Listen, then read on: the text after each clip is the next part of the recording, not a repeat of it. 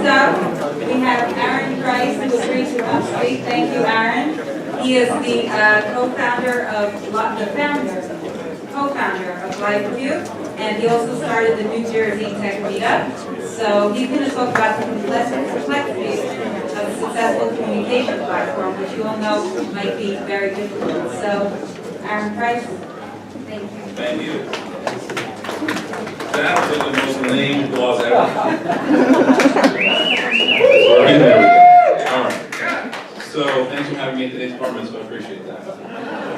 So first of all, I do run a lot of events. That was a super lame applause. I don't need any, but how about a round of applause for the Zula conference people putting this all together? It's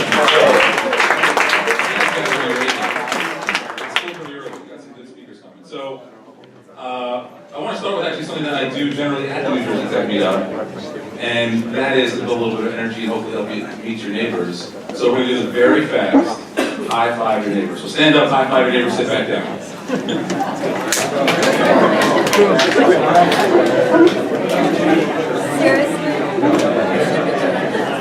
All right, the clicker will go and we'll play.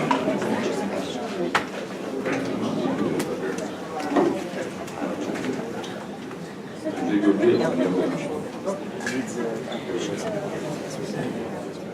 So, I'm the co-founder of livecube. So, a lot like you guys, I go to a lot of events, and it can be a somewhat distracting experience. And so a lot of times I'll participate in the event. I know today there's a Zula app to share the conversation.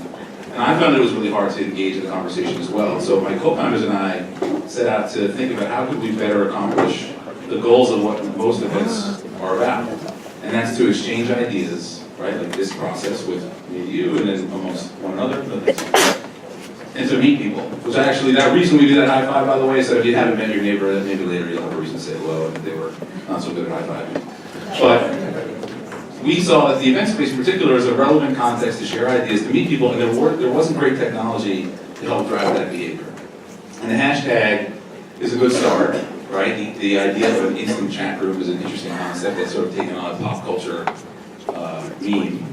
But we thought it wasn't quite enough to drive the conversation. Like today, I thought it was hashtag ZulaConf. I think it's actually hashtag Zula Summit, or is it Zula 2014? Turns out about half the room typically misspells the hashtag. 75% of the room don't know the handles of the speakers. And so you're in this context where you might have things to share, things you disagree with me on, quotes, whatever it is, questions, but you don't have a great messaging medium in which to share those ideas. And so we built livecube to try to drive a better sense of the conversation. And part of our special sauce with this, my co-founder's written a bunch of books on gamification. And so we use gamification to drive richer engagement. So as people interact in the conversation, they're earning points and badges and influence and actually getting acknowledged. And the result of this behavior is that we actually build this real-time, crowdsourced recap of all the best ideas in the room. And people are rewarded with really interesting ways in which to join the conversation. And so we built this messaging platform, and when I was asked to speak here, I thought a lot about what has gone into making that somewhat effective, and what's made other things a lot more effective in the messaging space. And based on what I've heard of the people in the room, I think some of you can relate to a lot of these things, and hopefully there's some insight on some of the others. And so we look at as a company, so these 5 principles of what drive an effective communications platform. Simplicity, cost, relevance, humanity, and since it's a bar mitzvah, magic. But I do better with that one. So let me tell you a little bit about each of these things. On the simple side, and these are all related to the era, right? So what are the technology tools available at the time as it related to these points? So for simplicity, 35 years ago, 40 years ago, my parents lived in Italy. They didn't have a great way to communicate with their parents at home. And so they'd save up their money, and each week they'd go to the train station. They'd have sent a letter home about a month earlier to coordinate times where they would call home, be able to speak to their parents.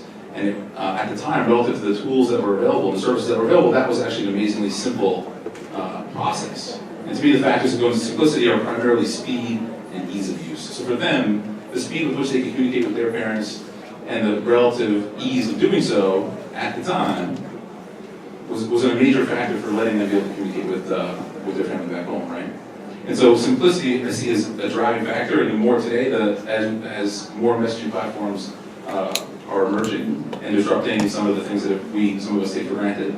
I think this becomes actually one of the primary functions, speed and ease of use, where milliseconds now matter, right? Then it was days and weeks and months, but now it's really down to milliseconds matter. In relation to cost, right? Again, as it pertains to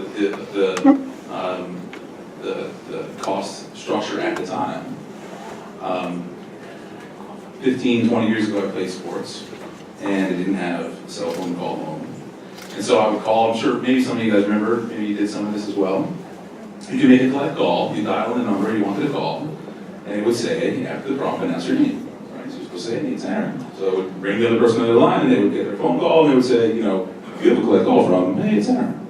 But the reality is what a lot of people did, like me, was in that little 3-second window where you could announce yourselves, kind of hack the system, right? And say, hey, Mom, it's Aaron, I'm done with practice, pick me up. So, and she'd get a call, right? She'd get the message. It was free, we kind of hacked the system. And so that was, you know, if you think about how cost relates to the structure of your messaging system, that was a really, really important element of how we were able to communicate. It was a great way for me to make relatively free, quick, you know, in some effect, like short messages that were relevant to the people I need to communicate with. And you hear like Jeff Pulver talk about, you know, why and how he uses, or used to use Morse code to communicate. Cost was, again, a big element there. And then, in relation to relevance. So I talked before about why we build livecube as a way to drive the best sharing of ideas in the context of a room. This is relevant to all of us just by definition that we're all in the same room, interested in some topic. But if you build a messaging system, if you look at messaging systems that try to be catch-all systems, they tend to lose that sense of relevance. And so again, you know, I'm trying to think of ways that communication systems have taught relevance for me and my family, and I think to how my uncle and I grew up fixing, or I grew up with helping my uncle fix old cars. And if you've ever, you know, tried to find parts for a 1967 Corvette Stingray, it's kind of difficult. But there are hundreds of thousands of bulletin board systems. Some digital, as you may think of bulletin boards now, and some actually, when you go to places like Hershey Park, Pennsylvania, an actual bulletin board on the wall that has people listing their things for sale. So if you think about how relevance affects the communication platform, the messages are great, but if it's not being heard in context of what's important to you or the topic, it doesn't really matter, right? And again, this is a point that may seem super obvious, but in the context of this event, relevance is really important. If you were potentially tweeting or posting messages about what's going on now or what's going on throughout the day, it really probably doesn't matter to most of the people who might be following this conversation outside this room, especially things that are controversial pushback or things you may disagree with, where in the room is highly relevant. And so for those Corvette enthusiasts, it was highly, highly relevant for them to hear what was going on, you know, with this very specific car and model year that they were interested in, and how to exchange the not just the parts, but also their stories. Because for them, and at least the next piece of this is about the humanity involved in how we communicate. So I think that ultimately this is one of the more important factors of messaging systems, because we are as human beings, right, dying to communicate with one another. Our ability to communicate, to argue, to connect, to build connections, I guess that's the same as connect, is ultimately what drives the system to be human and interesting. And I think, again, if you look at some of the more modern emerging technologies, their ability to let us express ourselves in a more human way is actually some of what makes them the most differentiated. And so I think about, you know, my wife works, I work, we have 2 young daughters. Sometimes my daughters aren't that excited when I put them to bed. And so we will connect with my wife through FaceTime or Google Hangouts or some medium, and we'll put her on the stand, and they see my wife, right? And this is a very human thing. They don't see a piece of hardware. They see, you know, their mom talking to them, trying to calm them down because they're really mad at daddy because mommy's not home, and she puts them in bed, right? But that's the humanity of the system. It has nothing to do with how we connected, but it has everything to do with the fact that as human beings, we're trying to connect with one another. So again, when I was thinking about how people have used systems in the relative, you know, recent past, humanity, I think, is a critical element of what makes them really effective. And then the last one, on matching.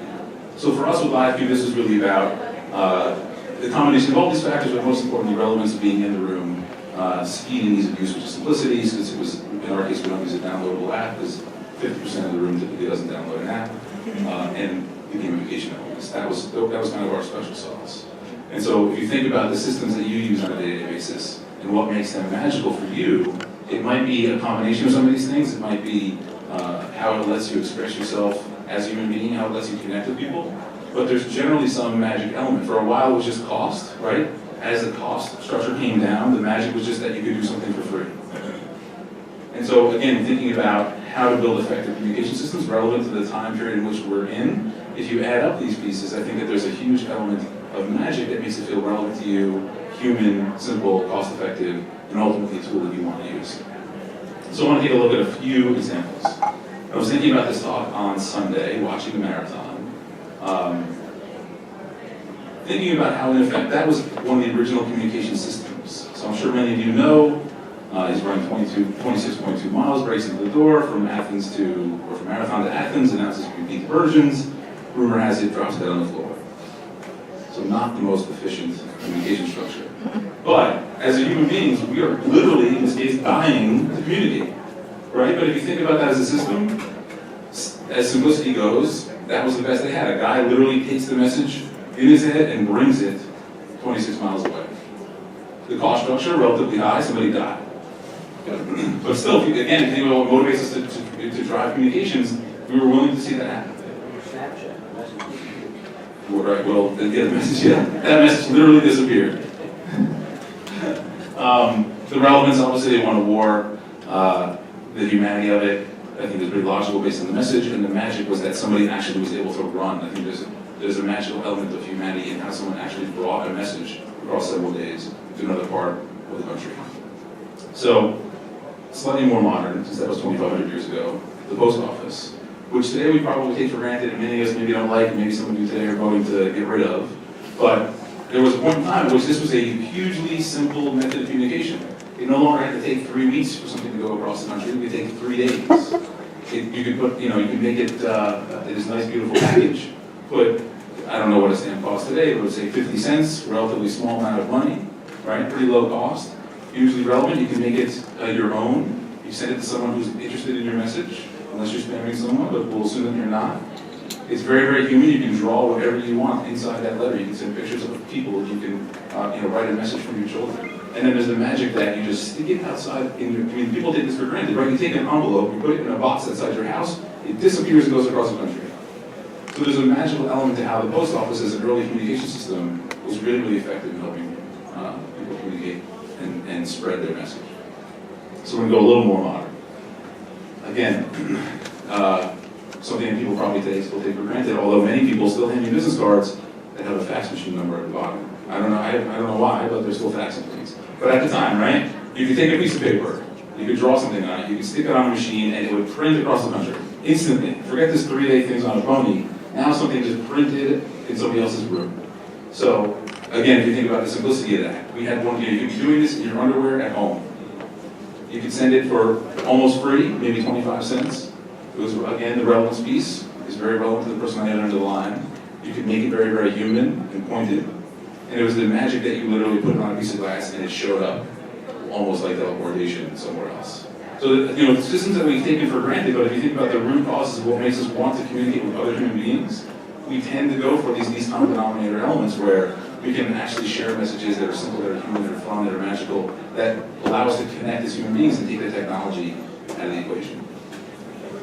So again, we're getting to near time here. So AOLIM, that actually officially is branded AIM, but since I own the domain AOLIM.com, I like to still call it that. So when I was in college, I was interested in going on a lot of dates, as maybe some of you were. And I remember sitting in front of my computer talking to people like that throughout the day, and talking for hours and hours and hours, as I'm sure many of you do now, and don't even think about it, you're just sitting there talking on a computer, as many of us do all the time, to communicate with people across the room. And I remember my sister, when I come home from breaks, being like, what the hell are you doing? You're such a loser. You're on the computer all day. Why don't you go hang out with real people? This was like 96 or 7. And so I've been thinking a lot about what made AOLIM such an effective medium, right? We're getting a little bit more modern. But a lot of these are pretty obvious, right? It was super simple, it was instant, it was real time, it was relatively pervasive. The cost was zero, or just the cost of broadband, which at the time was still relatively low, at least in this country. It was hugely relevant, right? I was looking to hang out with friends, I was looking to hang out with women, I was looking to just have a good time in a PG way, or PC way, I guess I should say. But it was very relevant to what was going on in my life. It allowed me to connect with people who were relevant to me at a stage of my life when that really mattered. And it became a really easy way to do so that was a little bit less intrusive than other mechanisms. So it's obviously very human, and the magic was it could work across devices, like it is ostensibly now, not just across the country with a small cost, but now across the world. And actually did that. I went abroad, so I made friends, we'd be talking in real time for free, and my grandparents were like, what are you doing? But the magic thing was that we were actually able to connect with one another, right? So we're making huge headway. And so now, going with Slack. How many people here use Slack on a day-to-day basis? Wow. Nobody? One guy over here? How many people know what Slack is? Okay, good. That helps a lot. They all use Zula. Yeah. They all use Zula. Yeah, how many don't want to admit they use Slack? So, I was expecting, so Slack is a way for primarily business teams to communicate with each other. It's much like an IM system, but there's some special sauce that that I think makes Slack a little bit interesting. So Slack is how I communicate with my technical team, and actually our whole team with livecube on a day-to-day basis. It's how we get notifications if our system is down. It's how we get notifications when we push new code. It actually, someone asked before about interoperability. I think this is a start in a big direction of interpersonal and inter-machine communication, because that's what happens with Slack. It starts out as a really great way for us to communicate with teams, but ultimately actually brings a lot of communications in a unified way together in a really interesting way. And so on the simplicity side, it's a lot like any IM program you've ever used. No subject line, you click on a name, you click on a group, and you start typing. It's searchable, you can add files, it's really, really easy. Again, the simplicity is a factor of speed and ease of use. It's instant, it's super easy, and on the cost side, for small teams it's free. Actually, I think for large teams it's free. There are features you can pay for security and other interoperability pieces of this. In fact, that's where you're seeing, when you talk about their magic, I think it's actually in that interoperability with other systems that makes it so special. It's clearly hugely relevant. Again, there's a general obviousness to relevance, but I'm talking to my team. I'm seeing notifications of how our app is up or down, or what's important to whatever's going on. We can build triggers into this tool, so that if we get a customer service email come in, it can trigger something in Slack. You know, they say that your brain takes 15 minutes to ramp up and down between tasks, and Slack is a great example of how you can keep your focus going and let those messages come in without being disrupted and toggling between 17 different tabs, which I would guess that many of us have 5 or more tabs open at any given point. But Slack lets you keep that focus. And it starts with heart, a lot of those core messaging pieces we talked about, but it ends with actually this really beautiful, easy to use, simple and fast and free experience that lets me communicate with my team and also communicate with other machines that our system talks to. And I think that when you talk about the magic of Slack, by the way, Slack just raised $120 million at $1 billion valuation. This is a company that's got several 100,000 users, 30% of which, I think it was 27% of which, pay for the extra features. And they're just getting started. So I think the magic of Slack goes to the heart of that question we heard before to Mark about interoperability, right? This is starting to let us communicate in a more unified way so that our messages can, we take all these other things for granted, and this way it lets our messages actually be heard across platform and now across a human and device. And so, I know we've only got a couple of minutes left here, but I think we're at a really interesting time where we have super low cost of bandwidth, we have general device permanence, and we have almost always on connectivity. And so it used to be, I talked about that story before with my parents or myself, getting picked up from a sporting event, where the ability to communicate was the magical element in the messaging tool. But now I think we're at a really interesting point where we can choose the medium in which we want to communicate based on what is relevant. What do we want to communicate? Is it with our colleagues at work? Is it with our families? Do we want to communicate? If you talk to the founder of Instagram, he talks about how he wanted that to be a beautiful magazine that represented your life. And if you start looking through Instagram, I would guess that that's most people you see in the feed. And there's a reason you post those photos there and not elsewhere. Or Snapchat users, right, as Annie mentioned before, where messages literally disappear. That taps into a really human element that takes technology out of the equation, but lets people send things that they feel generally safer sending. But if you think, I talked to a bunch of people in coffee shops about watching them use Snapchat, and they just like the speed. I thought they were all sharing naked pictures of each other, but no one cares about it. Not no one, but some people don't. Most people don't actually care about that element of it. It's the super fast speed of that versus in particular SMS. And so I think we're at a really great time where we can take messaging for granted And I'll end with what I think is the most important part of this, because this is, in the context of technology, I think a lot of us think about how technology changes the communication systems, but I actually think it's how human behavior drives the technology systems. And that most importantly is when technology gets out of the way, or this is the way it's screwed up, when technology shines, when we don't think of it as technology at all. So I hope you found some relevance in this. It was somewhat helpful. I don't know if we're doing questions, but she's not paying attention. So we can take a few questions if you want, but I appreciate your time. Thank you very much for having me today. Yes, sir. Can you tell a little bit more about how gamification impacts message completion or velocity of communication? Sure. So the question was how gamification affects messaging in general. And so, in case you're not aware, gamification is the application of game mechanics to non-gaming environments. So that means taking learnings and things that happen in real games and applying them to things that are not generally considered gaming environments. And so what we find is, so what we do is we give people points for interacting, for posting messages, but more importantly for posting quality content. So we don't want you spamming the system. With live, we want you to add quality content, and the more things get retweeted, the more times you get mentioned, the more sponsors that reach out to you, the more points you get. Many things are out of your own control. Of course, you do get points for things like posting messages and retweeting other things and favoriting things, and it's actually interoperable. You can sign it on LinkedIn, Twitter, Facebook. But the point is, we're trying to drive focus. So you're not thinking about the tool, and you're thinking about how do you add quality content. And so what we have found is that we get between 10 and 30 times the social engagement of typical events. We do a lot of corporate events. Some of them have never been top trending before. We're using our service for top trending. The record for us is 3 hours. But the point is that we've found that gamification increases your user behavior anywhere from 7 times per individual, not event wide overall, 7 times to 50 times. So one of my favorite tweets that we've had is things like, "Thanks livecube for bringing me out of Twitter retirement." And then when I interviewed that individual, because I was at that event, I found out that he was motivated at first by the idea that he could win an interesting prize. But ultimately it was that he found that there was relevance in the room. So we never got him started with gamification. It was a really good jumping off point. But it's not going to be something that's like your end-all be-all that solves all your issues. It's really about how do you recognize influence, give people credit for being engaged, and adding quality content. And there are complexities of gamification systems we're talking about. You get into it? No, I have more questions. Just getting the microphone. Anybody else? Yeah, I got a question. I'm going to ask what everyone in the room is thinking, because everyone wants to know the answer to this question. You know what I'm going to ask? Is the answer bonobos? Really, this answer. The answer is bonobos. All right, we got to get the whole Zoom team. My question is, it's very interesting. I think Slack is getting a lot of love, rightfully so, because they're doing quite well and again raised $120 million. But again, in the same breath, you said it, speakers before you said it, 300,000 users, less even. Not many paid users. So the question really is, if they're so great, and again, not in any way dismissing that they are, that they're a great product, why haven't they owned it? Why is there no owner yet? In other words, in consumer messaging, there's WhatsApp, there's some of the Asian messaging apps that really have billions of users. Whereas team communication, I feel like it's still wide open. So how do you explain that, gap there?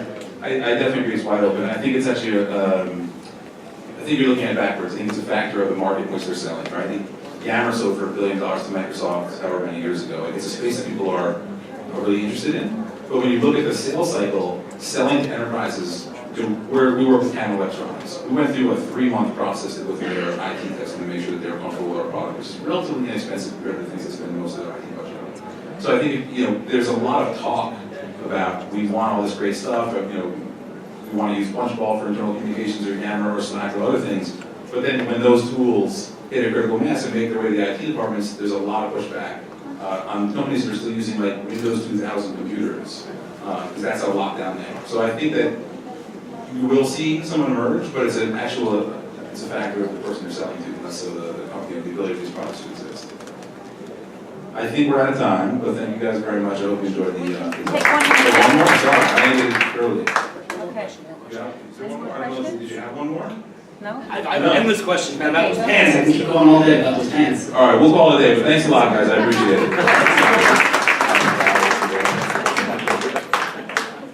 We're going to take a 5-minute break. The next speaker is stuck in traffic, so take a 5-minute break and we'll be back.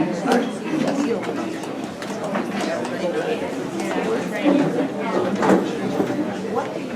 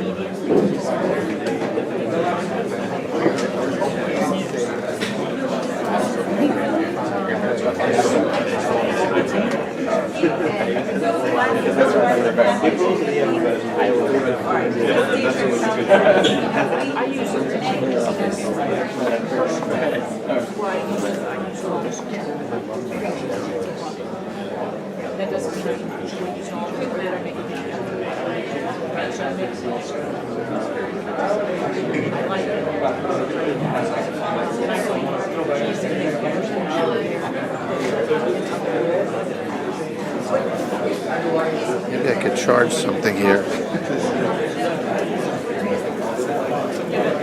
Every social media platform has a search bar.